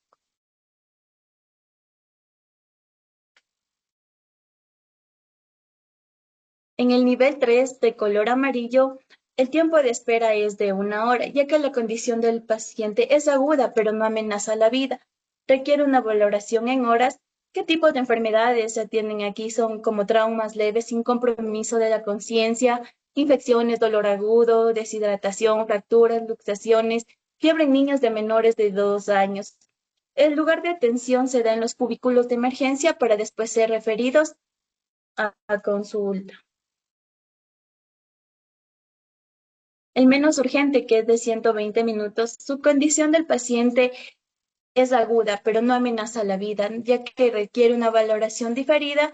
Aquí se trata enfermedades como diarrea, dolor al orinar, alergias, dolores de más de 24 horas, fiebre en mayores de 2 años y su lugar de atención es la primera consulta que podríamos mandar a consulta externa. Y tenemos el último nivel que es de color azul. El tiempo aproximado es de 4 horas. La condición del paciente es sintomático y requiere una valoración diferida.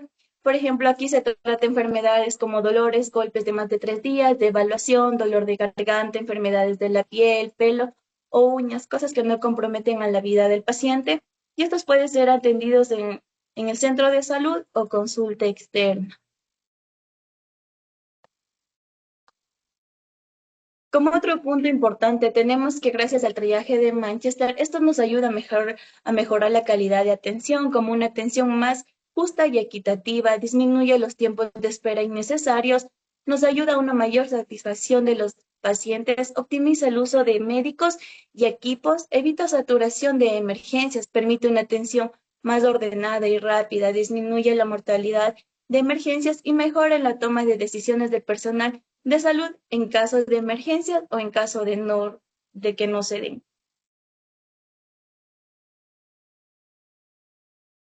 Como conclusión, nosotros tenemos que el triaje de Manchester es fundamental porque permite atender primero a los pacientes más graves salvando vidas, ya que el triaje es una herramienta esencial en los servicios de emergencia, donde el rol del personal de enfermería es clave para garantizar su atención organizada, eficiente y centrada en salvar vidas. Y como una frase motivacional tenemos que atender primero al que más lo necesita, puede marcar la diferencia entre la vida y la muerte. Muchas gracias y quedo atenta a cualquier duda para poder solventarla.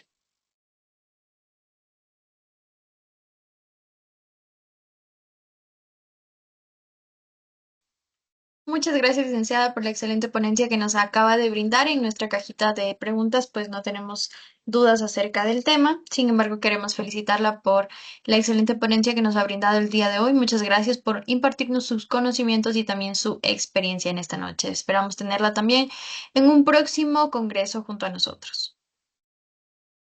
Muchas gracias, una buena noche. Y seguimos en esta noche, en este cuarto congreso, pues antes de seguir con nuestra siguiente ponente, queremos recordarles una vez más a todos nuestros participantes acerca de nuestra oferta académica aquí en GIS.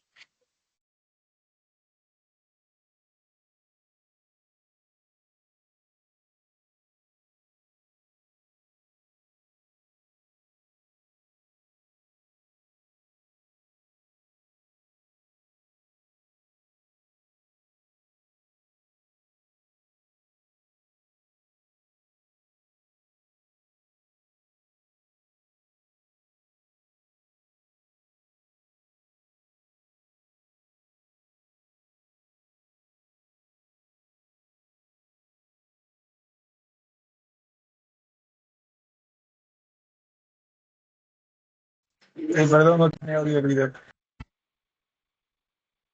Empieza hoy. Fórmate con el Diplomado Internacional de Alta Especialización en Ecografía, Ecodoppler y Colposcopía. Un programa diseñado para profesionales que buscan crecer y destacar. Estudia en modalidad semipresencial, combinando teoría y práctica de alto nivel. Al finalizar, obtendrás certificaciones nacionales e internacionales.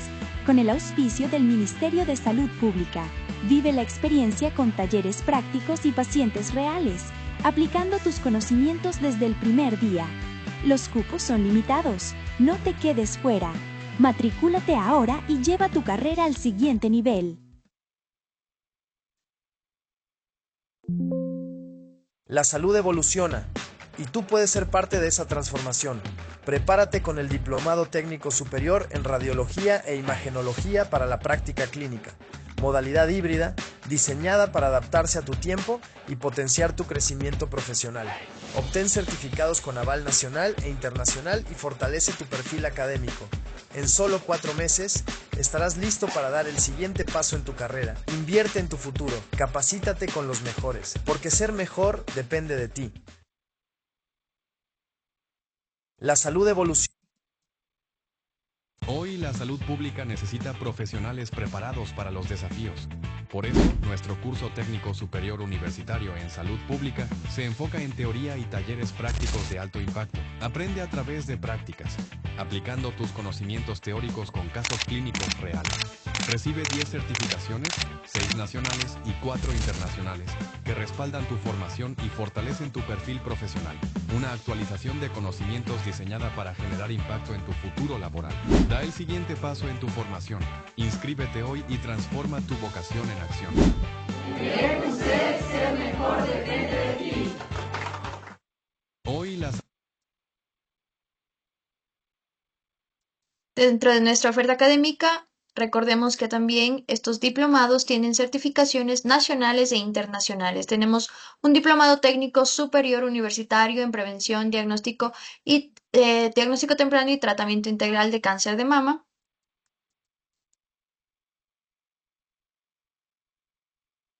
Y pues en esta noche también me complace presentarles como nuestra última ponente, ya para finalizar este excelente congreso que nos han brindado aquí en GIS. Nosotros tenemos a la psicóloga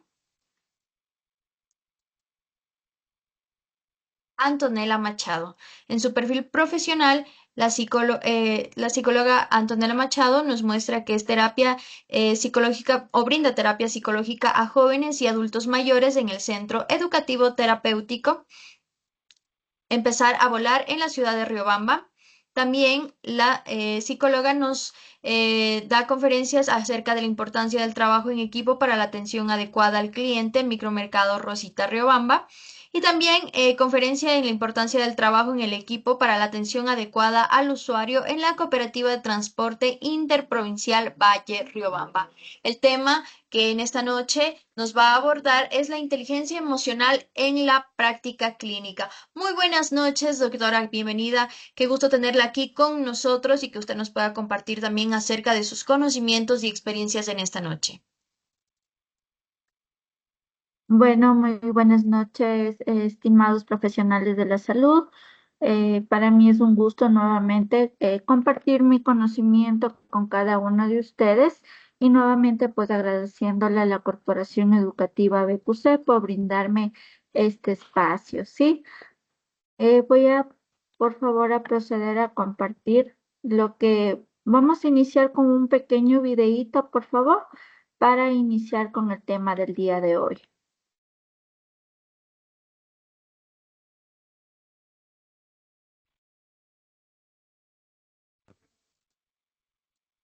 Vamos a hablaros de la inteligencia emocional, que es un concepto que últimamente se ha puesto muy de moda, y de dos de sus principales componentes, las habilidades sociales y la autoestima.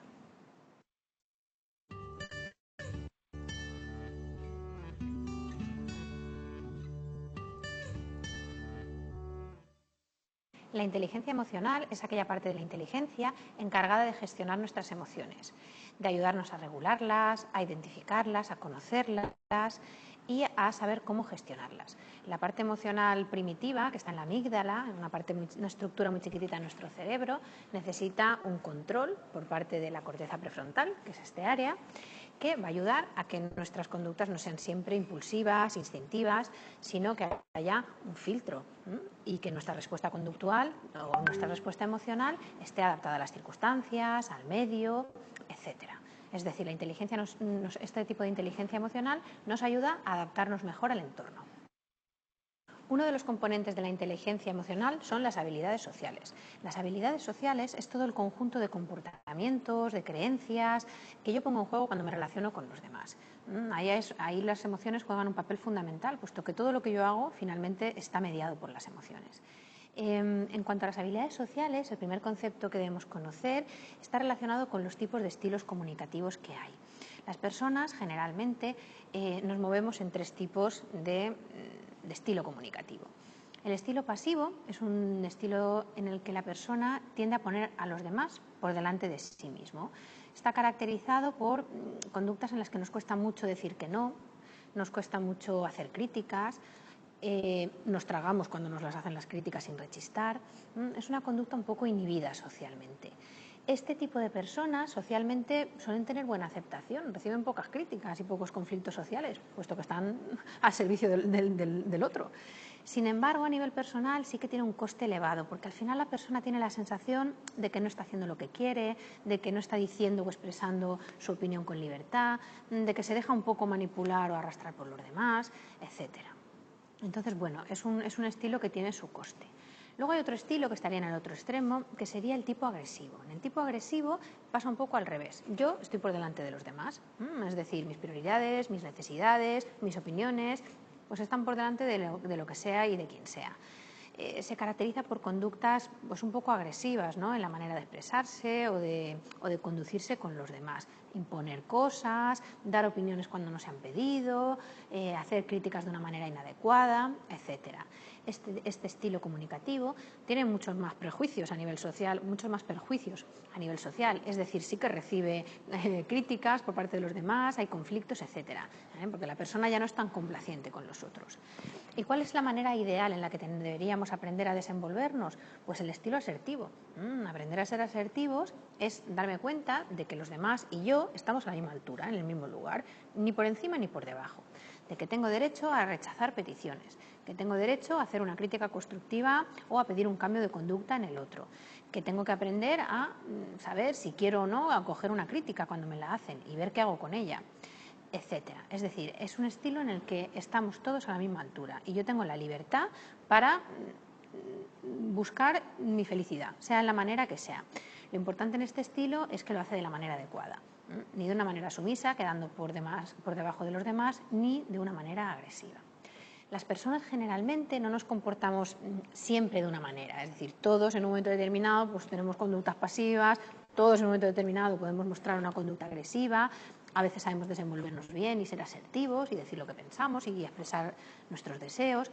Es decir, yo creo que por lo general nadie siempre se presenta como agresivo o como pasivo. Generalmente, dependiendo de la situación en la que estemos o de las personas con las que estemos, nos conducimos de una manera u otra. Hay un tercer estilo que es un poco más complicado, que es el pasivo-agresivo. Este sería en el que tiro la piedra y escondo la mano.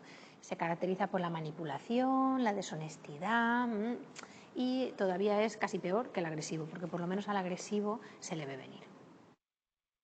Hemos visto un poco a modo introductorio los estilos que había comunicativos y por qué es tan importante aprender habilidades sociales o qué componentes tengo que trabajar de las habilidades sociales. Las habilidades sociales incluyen muchos aspectos diferentes, desde el tono de la voz, el lenguaje no verbal, el vocabulario que uso cuando me relaciono con los demás, es decir, cualquier cosa que yo ponga en juego en la comunicación con otros. Entonces, si yo aprendo un poquito la manera más asertiva de utilizar ese lenguaje corporal, ese lenguaje verbal, no verbal, etcétera, y maneras concretas de aprender a rechazar una petición. Por ejemplo, a todos nos ha pasado situaciones en las que nos han comprometido, nos hemos visto comprometidos porque nos han pedido un favor que en realidad no queremos hacer, pero por miedo a que el otro se disguste o se enfade o a quedar mal o porque pensamos que es nuestra obligación, pues lo hemos hecho, pese a no querer. Y luego la sensación que nos queda es muy desagradable. Entonces, cuando uno aprende habilidades sociales, aprende todas esas cosas, cómo gestionar todas esas cosas. Y son cosas muy concretas y muy prácticas. Por eso yo os animo y os recomiendo, si tenéis posibilidad, de hacer cursos de habilidades sociales, porque son muy enriquecedores y verdaderamente cambian la manera en que nos relacionamos con los otros.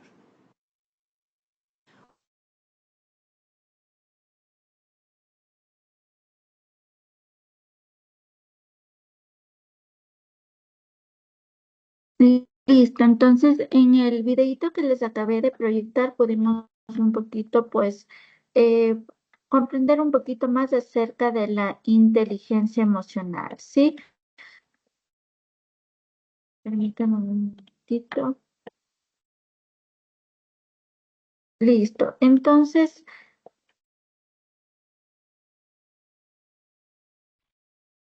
la inteligencia emocional dentro principalmente en el entorno clínico es muy importante comprender que en este caso como profesionales de la salud no solo tratamos de enfermedades, sino que también debemos tomar en cuenta que estamos tratando con personas, ¿sí?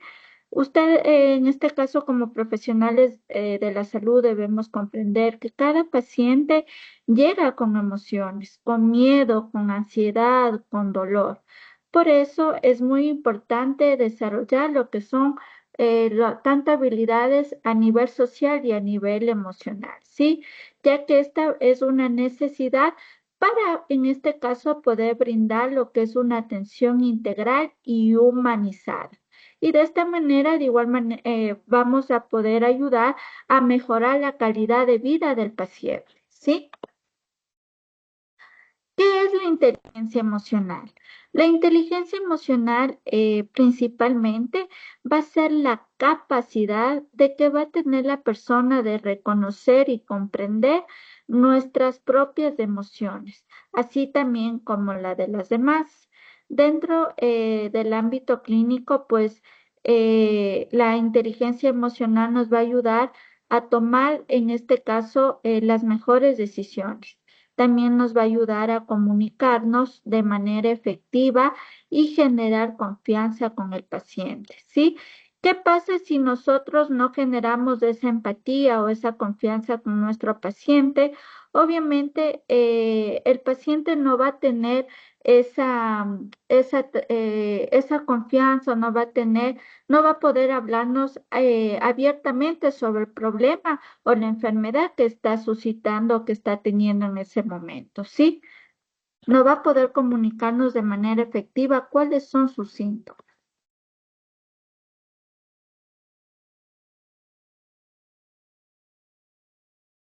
Ahora bien, vamos a hablar sobre los diferentes componentes que va a estar inmerso dentro de lo que es la inteligencia emocional.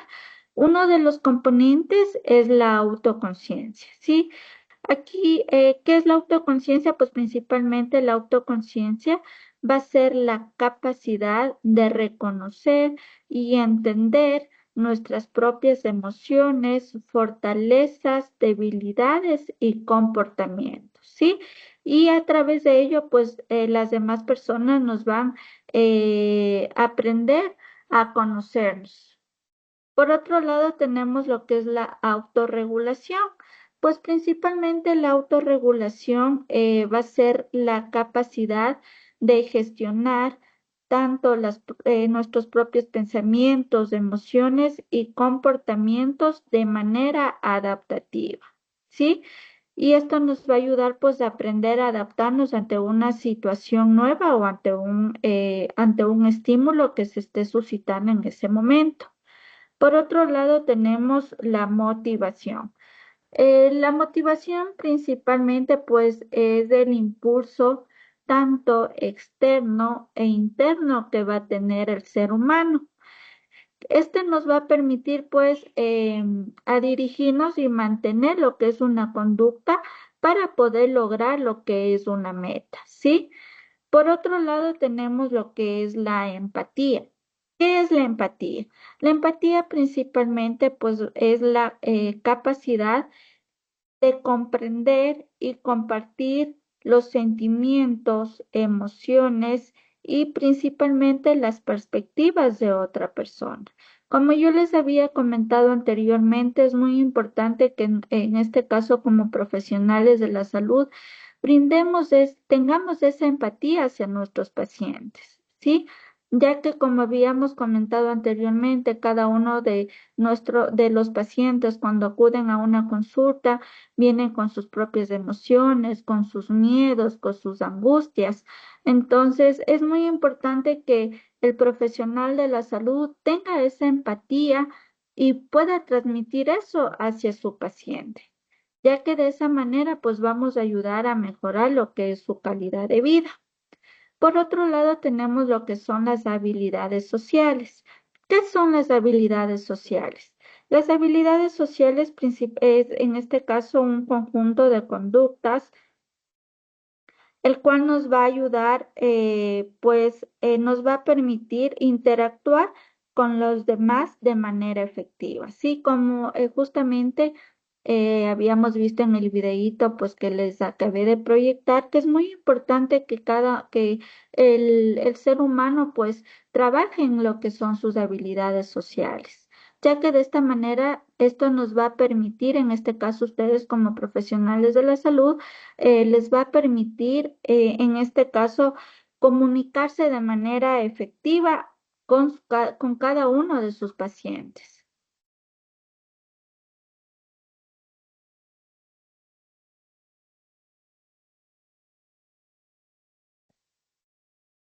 Ahora vamos a hablar un poquito acerca del impacto que va a tener la inteligencia emocional. En este caso, a nivel- cuando aplicamos la inteligencia emocional con nuestro paciente, pues como yo les había manifestado anteriormente, el paciente va a confiar más en nosotros, ¿sí? Va a seguir nuestras instrucciones, va a seguir en este caso, y de esta manera, pues, va a seguir el mejor tratamiento y se va a sentir más tranquilo y más seguro. Y esto va a impactar directamente en su recuperación y en su calidad de vida. A nivel, en este caso, a nivel profesional, también nos va a beneficiar, en este caso, ustedes como profesionales de la salud. ¿Por qué motivo? Porque nos va a ayudar a reducir el estrés, nos va a ayudar a prevenir el síndrome de burnout y también nos va a ayudar a mejorar lo que es nuestro bienestar laboral, ¿sí? Es muy importante cuidar nuestras propias emociones, nuestros pensamientos, ¿sí? Ya que esto también es indispensable para tener lo que es un autocuidado profesional. No olvidemos esta partecita. Es muy importante trabajar tanto en las habilidades sociales, también es muy importante pues que ustedes sepan comunicarse de manera efectiva con cada uno de sus pacientes, ya que como habíamos manifestado, esto nos va a ayudar a mejorar la calidad de vida de cada uno de los pacientes que llegan a nuestra consulta.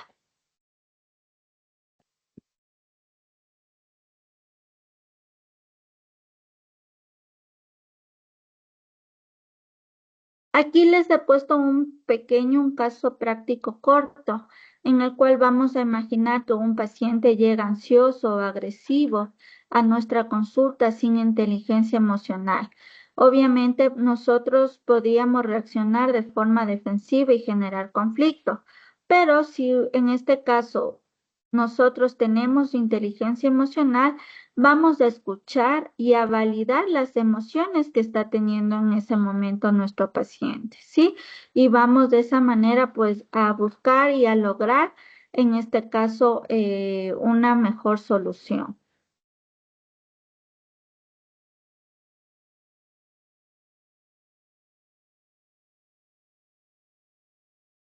Ahora bien, aquí les he puesto algunas técnicas psicológicas que nosotros podemos utilizar en este caso para poder manejar un poquito más acerca de nuestra inteligencia emocional. Algunas técnicas que nosotros podemos aplicar son las técnicas de respiración, ¿sí? Una técnica de respiración, tenemos la técnica de respiración de Jacobson. ¿En qué consiste esta técnica? Va a consistir en que nosotros vamos, en este caso, a contraer nuestro diafragma, ¿sí? Y vamos, en este caso, a contraer nuestra respiración por 2 segundos y vamos a soltar lentamente nuestra respiración. Esta técnica nos va a ayudar a disminuir lo que son nuestros niveles de ansiedad. También es muy importante realizar lo que son pausas activas dentro de nuestro ámbito laboral. Esto es muy importante y muchos, en este caso nosotros como psicólogos, siempre pues recomendamos dentro de lo que es dentro de una empresa o dentro de una institución en este caso, que se realicen lo que son pausas activas, ¿sí? Ya que esto también va a ayudar a que, en este caso, a que los profesionales de la salud puedan, en este caso, disminuir lo que son sus niveles de ansiedad y sus niveles de estrés, También es muy importante mantener un lenguaje corporal positivo, ya que esto nosotros vamos a proyectar a las demás personas. Y también vamos a cambiar lo que son pensamientos negativos por pensamientos positivos, ¿sí? Recordemos que nosotros al tener un pensamiento positivo, ¿qué vamos a traer? Vamos a traer cosas buenas, ¿no es cierto? Vamos a traer cosas positivas a nuestra vida y eso nos va a permitir, en este caso, lograr nuestras metas. Ahora bien, los errores más comunes que nosotros en este caso podemos realizar es ignorar tanto nuestras emociones como también las emociones del paciente, también comunicarnos de mal o reaccionar impulsivamente hacia nuestro paciente, ¿sí? En este caso, si ustedes pues no saben cómo comunicarse con su paciente, ¿cómo le van a ayudar en este caso a mejorar su estilo y su calidad de vida? No vamos a poder, ¿verdad? Es por ello que es muy importante trabajar dentro de lo que son las habilidades sociales. Es muy importante también mencionar que estos errores pueden afectar gravemente la calidad, en este caso de atención que nosotros brindemos a cada uno de nuestros pacientes. Aquí vamos a hacer por favor, un pequeño paréntesis y les voy a proyectar otro pequeño videíto ya para culminar, por favor, la presentación del día de hoy. Permítame un minutito, por favor.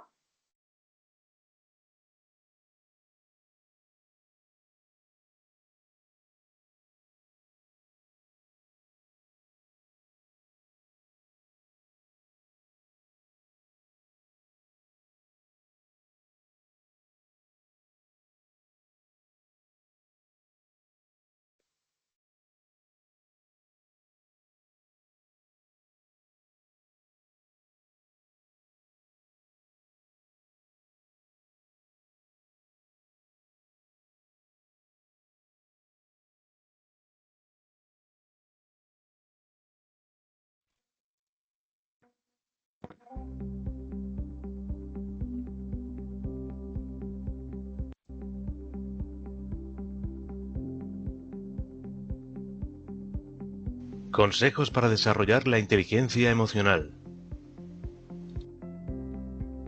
Hola, hoy desde Psicoactiva inauguramos una nueva sección sobre la inteligencia emocional y qué hacer para potenciarla. Empezaremos por ofreceros unos cuantos consejos prácticos que puedes utilizar para desarrollar tu inteligencia emocional, porque todos podemos mejorarla si sabemos cómo hacerlo.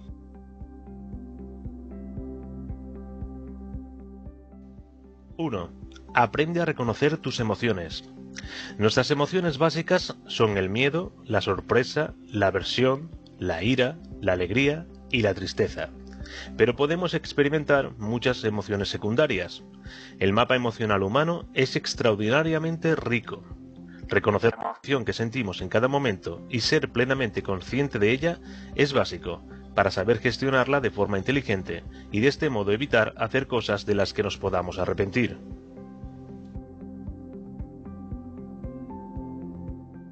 2. Mantén cierto control sobre tus emociones. Permitir que las emociones nos desborden también puede ser contraproducente. Dificulta nuestra relación con los demás y nos causa un gran malestar a nosotros mismos. Intenta mantenerlas a raya. No hace falta ocultarlas. Si es necesario, evitar que nos controlen. 3. Tratar de entender las emociones de los demás. Un cierto grado de empatía es necesario para tener una buena inteligencia emocional.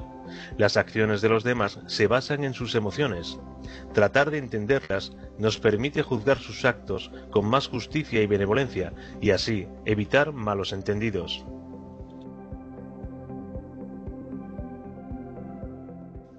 4. Expresa tus emociones y sentimientos. Expresar las emociones positivas nos acerca a los demás. Expresar las emociones negativas de forma adecuada impide que se alejen. Siempre es preferible expresarlas en primera persona. Es menos agresivo decir no me ha gustado lo que me has dicho que decir siempre dices las cosas de malas maneras. 5. No te reprimas en exceso. Controlarse no es lo mismo que reprimirse. Se puede expresar una emoción de forma controlada, pero no es bueno reprimirla por completo. Podríamos terminar somatizando el malestar emocional y desarrollar algún trastorno físico o psicológico. Todo se puede decir si se hace de la forma adecuada.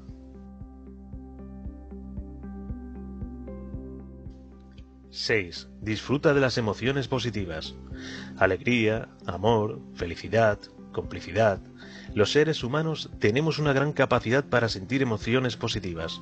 Disfrutémoslas en el mismo momento. La vida ya es bastante complicada como para que encima nos limitemos o centremos solo en las emociones negativas.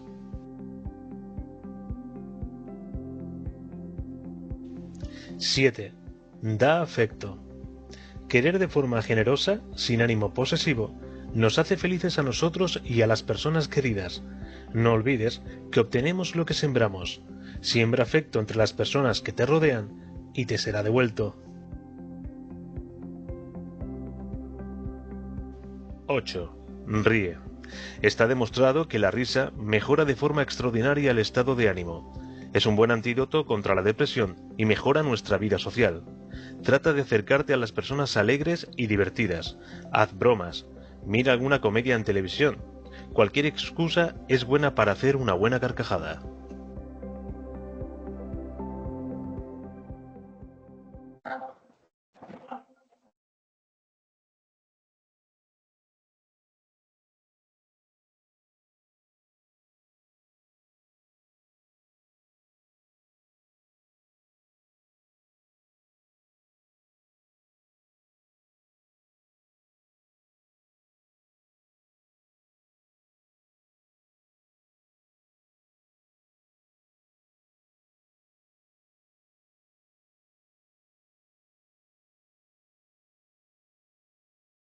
Listo, y para concluir la ponencia del día de hoy, pues es muy importante comprender que la inteligencia emocional es una herramienta esencial dentro de la práctica clínica, ¿sí?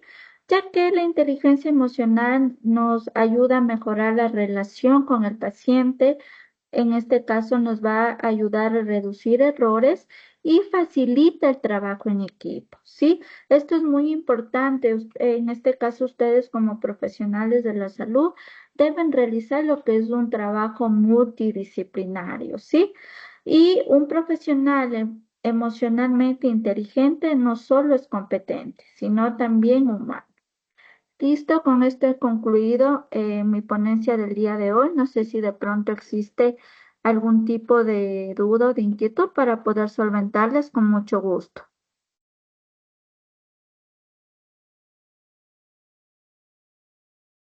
Muchas gracias, doctora, por su excelente ponencia. Tenemos una preguntita que dice, ¿cómo influye la inteligencia emocional del profesional de la salud en la relación médico-paciente y en la adherencia al tratamiento?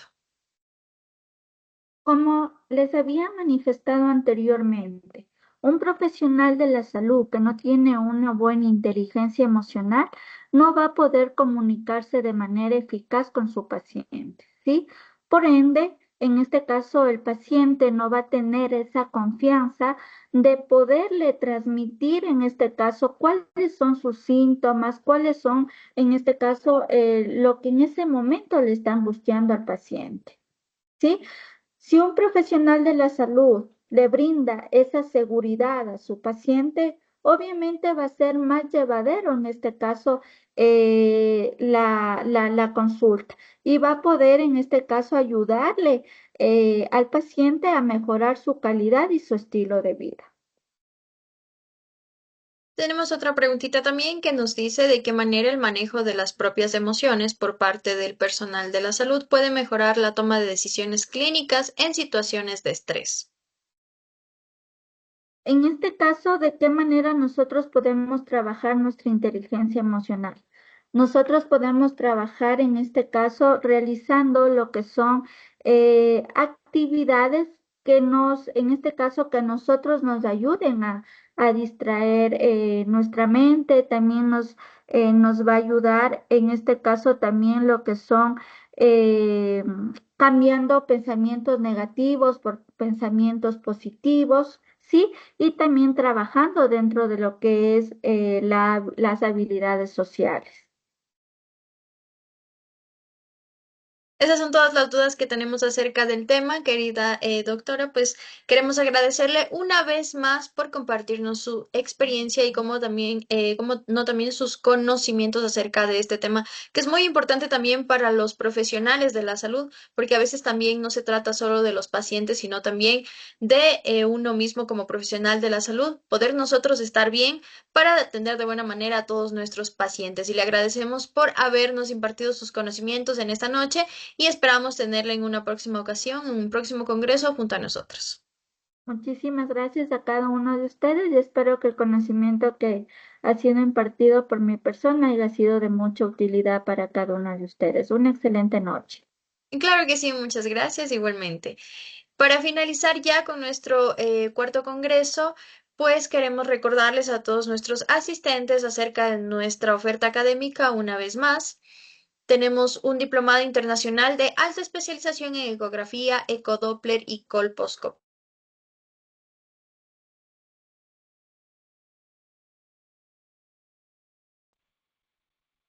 Con el Diplomado Internacional de Alta Especialización en Ecografía, Ecodoppler y Colposcopía, un programa diseñado para profesionales que buscan crecer y destacar. Estudia en modalidad semipresencial, combinando teoría y práctica de alto nivel. Al finalizar, obtendrás certificaciones nacionales e internacionales. Con el auspicio del Ministerio de Salud Pública, vive la experiencia con talleres prácticos y pacientes reales, aplicando tus conocimientos desde el primer día. Los cupos son limitados, no te quedes fuera. Matricúlate ahora y lleva tu carrera al siguiente nivel.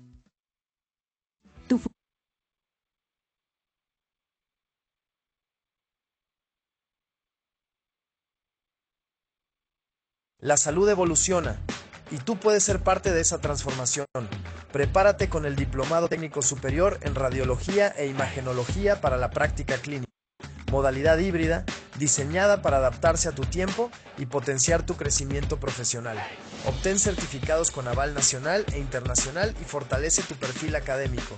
En solo 4 meses estarás listo para dar el siguiente paso en tu carrera. Invierte en tu futuro, capacítate con los mejores, porque ser mejor depende de ti.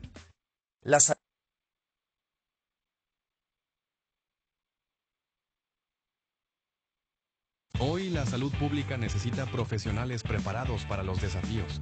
Por eso, nuestro curso técnico superior universitario en salud pública se enfoca en teoría y talleres prácticos de alto impacto. Aprende a través de prácticas, aplicando tus conocimientos teóricos con casos clínicos reales. Recibe 10 certificaciones, 6 nacionales y 4 internacionales, que respaldan tu formación y fortalecen tu perfil profesional. Una actualización de conocimientos diseñada para generar impacto en tu futuro laboral. Da el siguiente paso en tu formación.